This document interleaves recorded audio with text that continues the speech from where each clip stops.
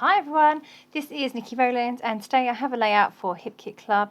I'm using the August 2021 kit and today I am being inspired by this mood board. So I love this mood board, it's got lots of pretty things in it. In particular, I was inspired by the circles. So I decided to use this Vicki Boutin colour study paper. It's been crying out to me, I've really wanted to use it.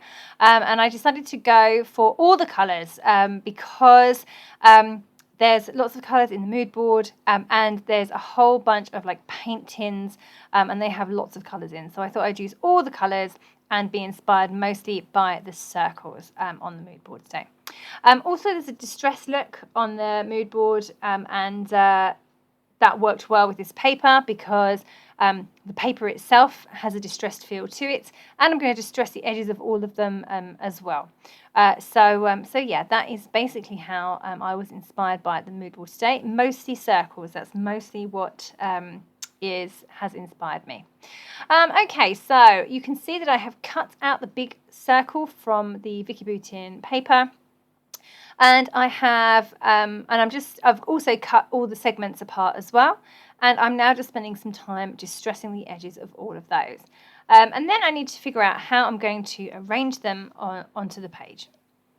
Okay, so after a bit of faffing, I have got them all stuck in place. I'm happy with how they look. I like that little gap that I've got going on there.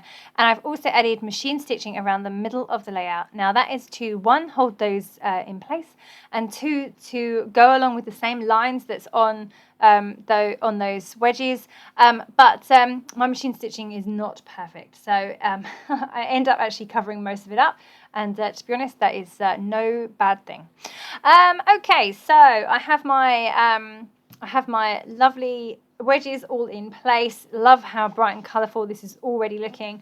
I've got my photo, which I've mounted onto a Vicki Boutin journaling card. I chose a black one with dots on to show around the edge, so just so that it gave the photo some contrast against all the colours in the background. And I've just also spent a bit of time cutting up a journaling card that has lots of strips on. So it says giggle, dance, hug, smile, laugh, repeat. So they are all lovely words. So I thought I'd cut them all out and then layer them onto the background.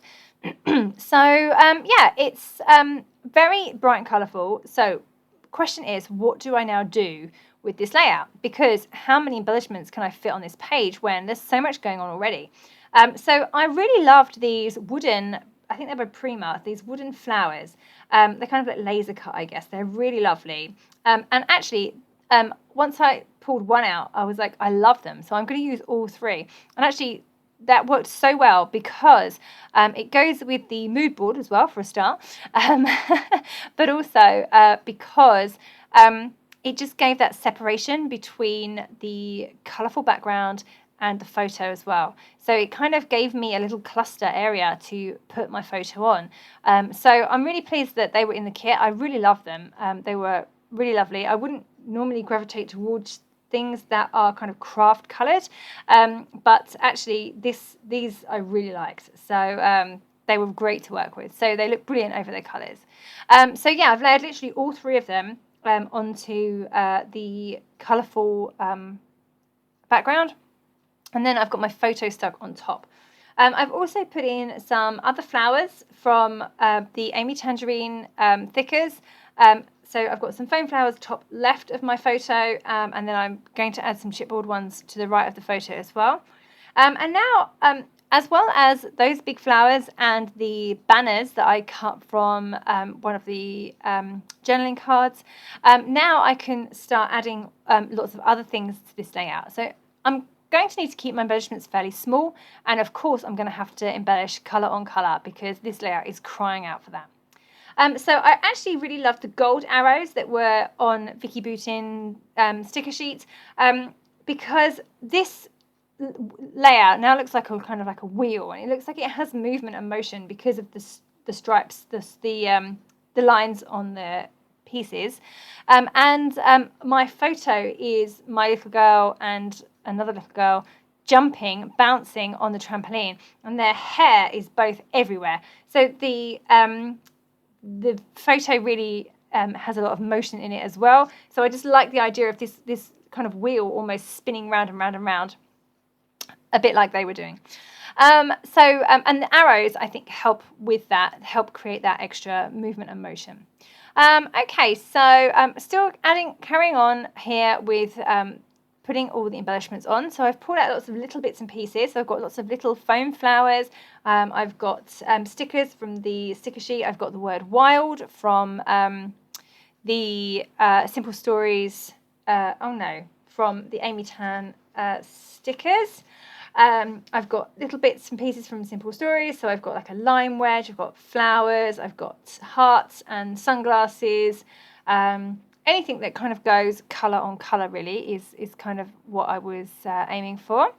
I'm now just spending a bit of time using a pen to doodle on some detail onto the wedges. So I'm now just outlining them with a black pen. I'm also going to add some more doodles to the wedges as well with a ruler. Right now I'm doing the spots, so I did lots of little dots here and there to just add extra interest to the wedges and around the outside of them as well. I really loved. There was a Vicki Boutin colour study paper that had black dots on, and they were kind of like stamped dots almost, or a bit wonky, and I really loved those. There's not in this kit, but one I had previously. And actually I used the end of a pencil, an eraser on the end of a pencil, to do some stamping once, and it looked really good. But I didn't do that today because I didn't have a black ink pad in this kit, so I thought I wouldn't do that. I could have done it with the colours, I suppose.